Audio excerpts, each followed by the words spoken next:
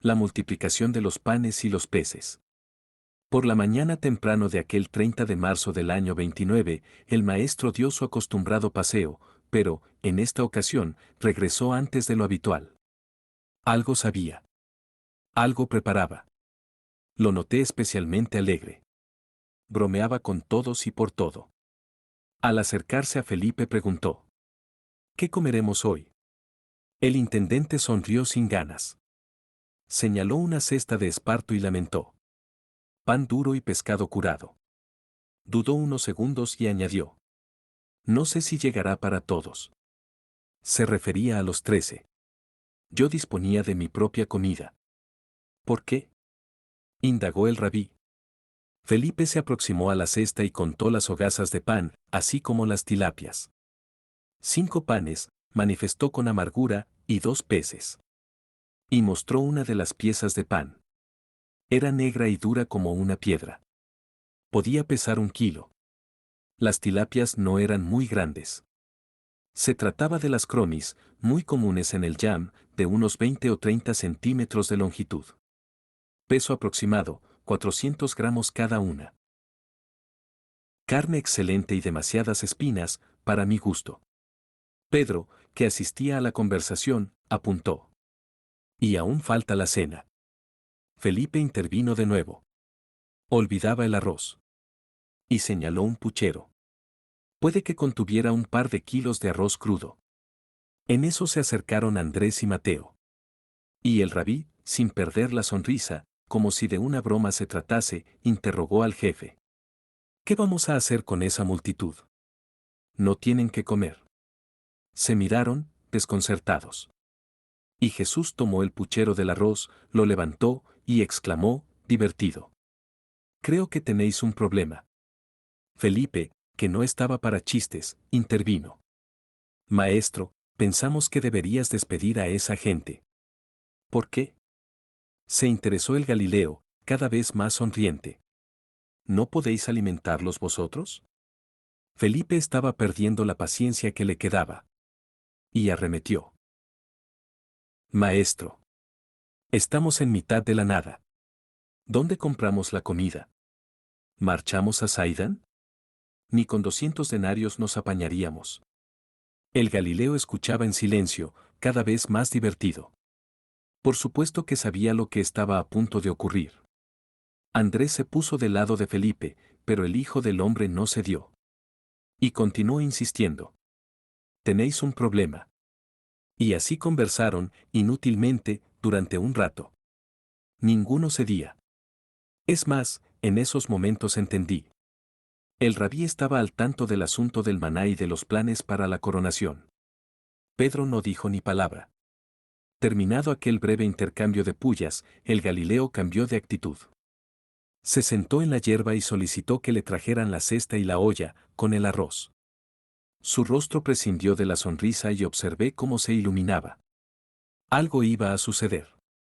Felipe y los gemelos arrimaron la canasta, con el pan y los peces, así como el arroz. Y Jesús dijo: ordenad a la gente que se siente en la hierba. Que lo hagan en grupos de 100. Y que nombren un jefe para cada grupo. Los discípulos se miraron sin comprender. Y se hizo el silencio.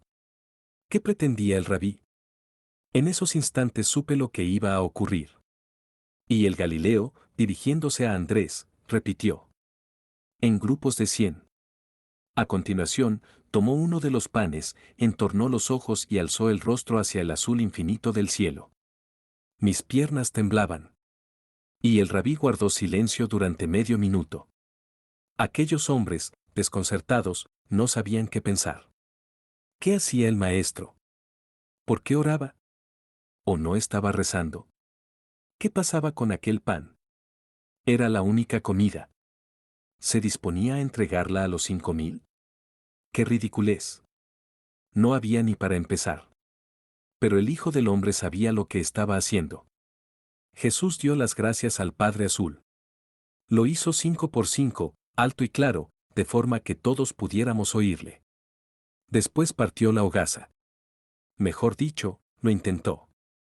El pan, como decía, estaba duro como un leño. Y lo intentó por segunda vez. No había forma.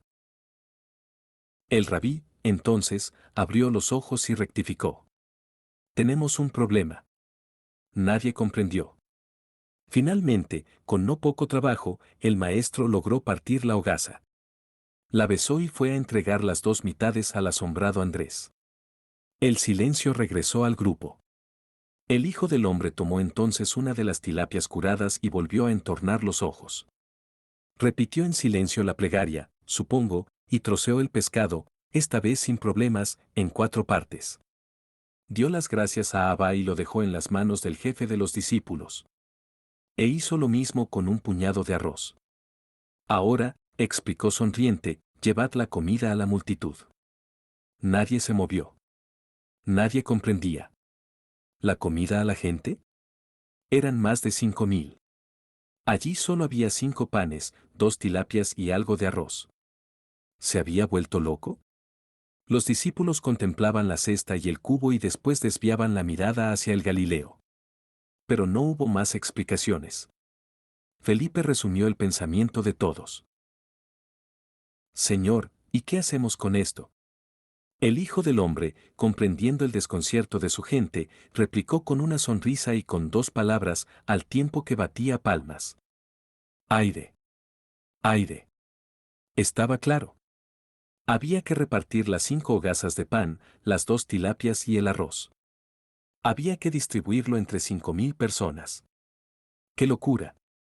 Andrés fue el primero en reaccionar. Tomó el puchero e indicó a Felipe y a Pedro que se hicieran cargo de la cesta. Lo hicieron mascullando algo entre dientes. No entendí. No lo dudé. Me fui con ellos y me pegué a la canasta de esparto. Pero, cuando habían dado 4 pasos, se detuvieron. Olvidaron algo. Dejaron la comida sobre la hierba y discutieron. Yo también lo olvidé, el rabí había ordenado que formaran a la multitud en grupos de 100. Andrés llamó al resto de los íntimos y, con la ayuda de algunos seguidores, empezaron a organizar a la gente. Yo permanecí junto a la cesta y el cubo, pendiente de la comida. No les quité ojo de encima. Uno de los gemelos, Jacobo, se quedó a mi lado. Fue en esos momentos cuando empecé a sentir aquel cosquilleo en las manos y en los pies. No supe explicarlo. Después llegaron los mareos. Todo me daba vueltas. Tuve que sujetarme a la cesta. Eran mareos breves, pero intensos. Y sentí ganas de vomitar. Supongo que palidecí. Miré al gemelo. También estaba pálido, pero no dijo nada. El cosquilleo se prolongó unos minutos. Después desapareció. Y empecé a notar un olor a quemado, para ser exacto, a cables quemados. ¿Estaba borracho? Yo conocía ese olor. Se registraba cuando el ordenador central llevaba a cabo la inversión de masa. ¿Qué diablos estaba pasando? Y los mareos fueron remitiendo. Miré al sol y calculé la hora. Podía ser la 7:00, más o menos, 1 de la tarde.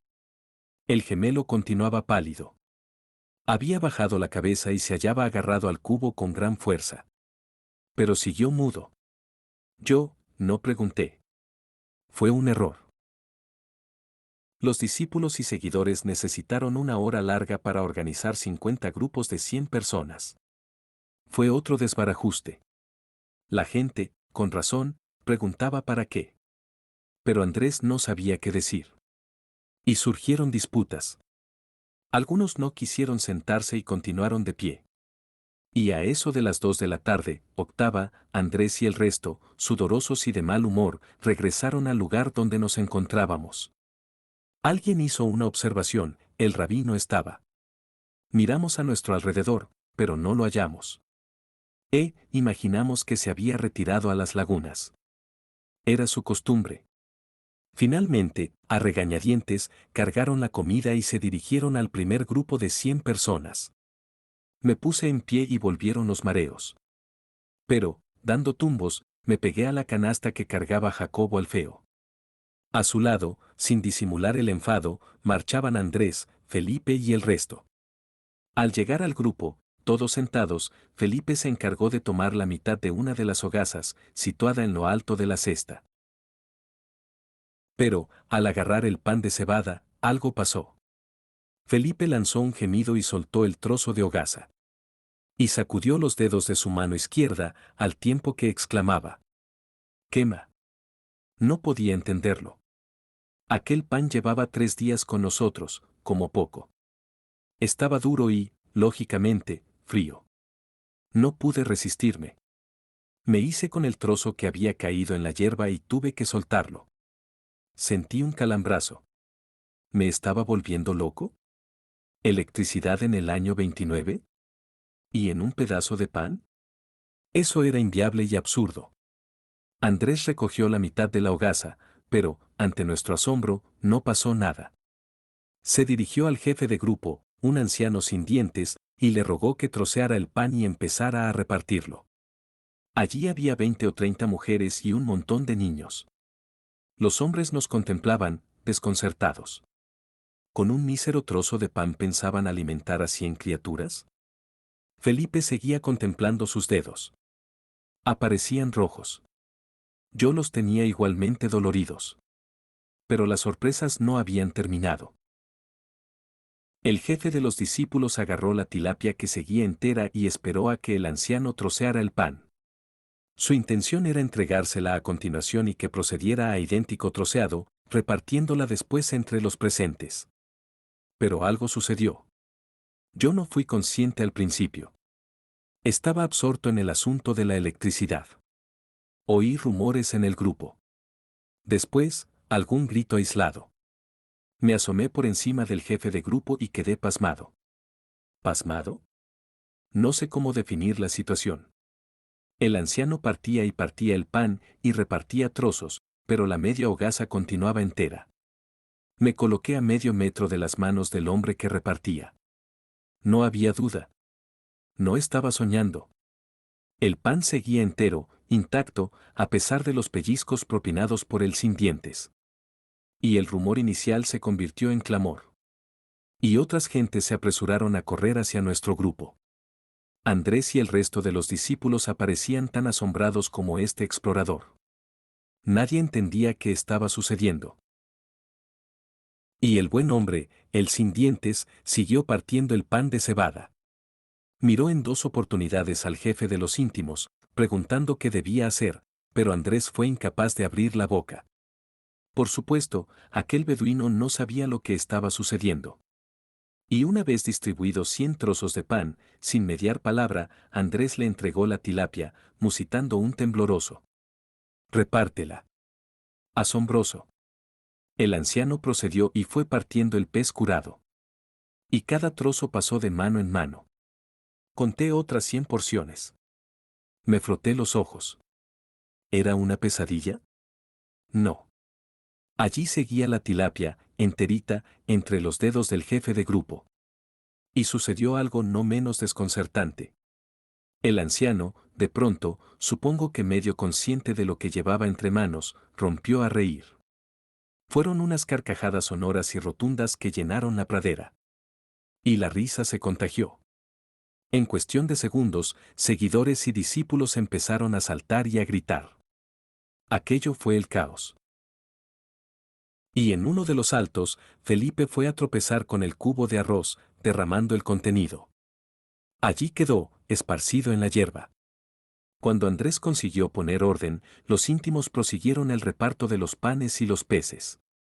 Y se repitió la escena vivida en el primer grupo de seguidores. Andrés entregó la otra mitad de la hogaza y uno de los hombres inició la operación de troceado y reparto. Y el trozo de pan continuó intacto.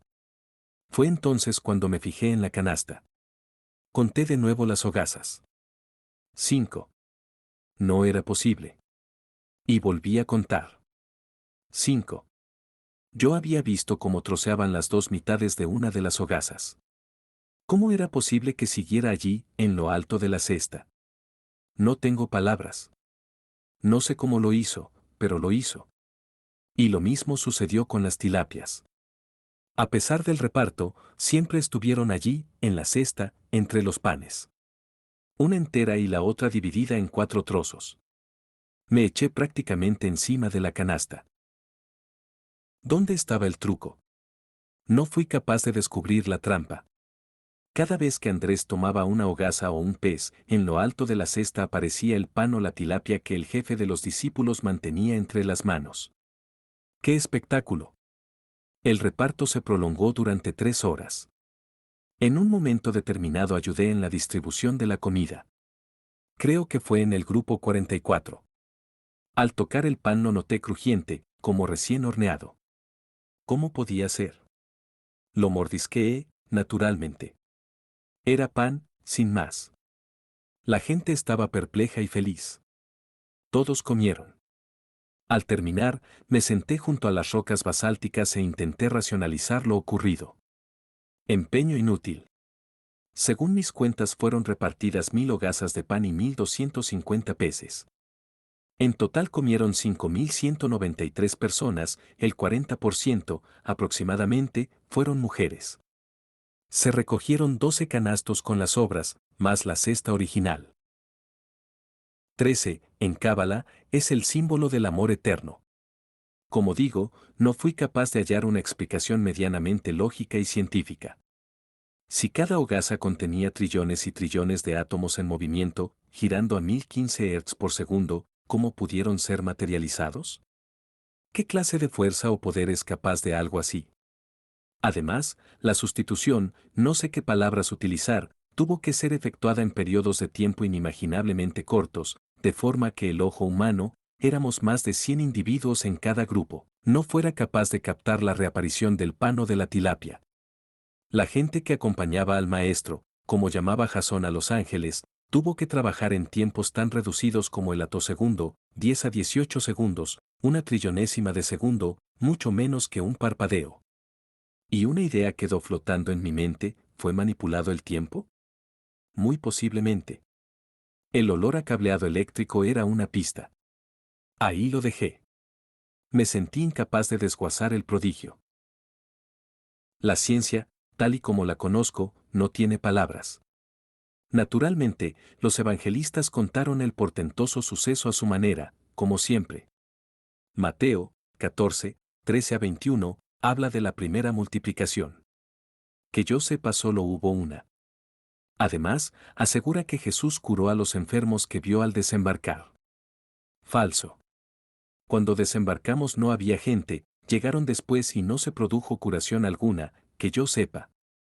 Finalmente comete otro error, y los que habían comido, escribe en su evangelio, eran unos 5000 hombres, sin contar mujeres y niños. Falso. En total se dio de comer a 5193 personas.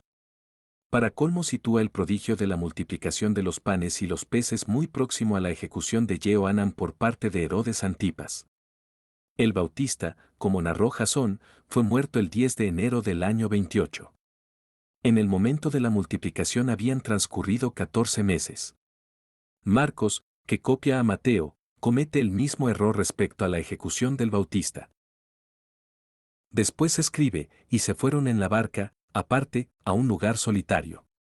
Pero los vieron marcharse y muchos cayeron en cuenta, y fueron allá corriendo, a pie, de todas las ciudades y llegaron antes que ellos. Y al desembarcar, vio mucha gente, sintió compasión de ellos, pues estaban como ovejas que no tienen pastor, y se puso a enseñarles muchas cosas. Falsedad tras falsedad. Cuando Jesús desembarcó cerca del Naal o río Canav, nadie le esperaba. La gente se presentó después, al alba, y en barcos. ¿Cómo pudieron llegar antes que el maestro si nadie, entre los discípulos, sabía a qué lugar se dirigía? Y tampoco predicó. Jesús, simplemente, permitió que lo siguieran. Lucas se fía de no se sabe quién y sitúa el escenario del prodigio de la multiplicación en la ciudad de Betsaida Julies. En el capítulo 9, 10 a 17, asegura también que acababan de ejecutar a Jehoanán. Falso. Y, como digo, el milagro no se registró en Betsaida. El maestro huyó de la aldea de Saidan y se dirigió al sur. Después, dando un rodeo, alcanzó la gran pradera. Betsaida Julies quedaba más al norte. En esos días, insisto, el rabí no llevó a cabo ninguna sanación. Lucas dice que sí, y curaba a los que tenían necesidad de ser curados. Tampoco habló Jesús de grupos de 50 personas. Fue muy claro, formad grupos de 100. Respecto a Juan Zebedeo, su evangelio es otro desastre. En el capítulo 6, 1 a 15, escribe, después de esto, se refiere a la muerte del Bautista, se fue Jesús a la otra ribera del mar de Galilea, el de Tiberíades. Y procede a narrar el milagro de la multiplicación. ¿En la costa occidental? ¿El prodigio se registró en la orilla oeste? Lo dicho, cuando dictó su evangelio a Natán, Juan, el hijo del trueno, con 100 años, chocheaba. Y tampoco es cierto que la comida la proporcionara un muchacho. La intendencia era cosa de Felipe. Por último, Juan dice, dándose cuenta Jesús de que intentaban venir a tomarle por la fuerza para hacerle rey, huyó de nuevo al monte él solo. Falso, como veremos. Este fue el primero y único milagro de la naturaleza que realizó Jesús por premeditación consciente. Es verdad que sus discípulos estaban dispuestos a llamar milagros muchas cosas que no lo eran, pero esta fue una ministración genuinamente sobrenatural.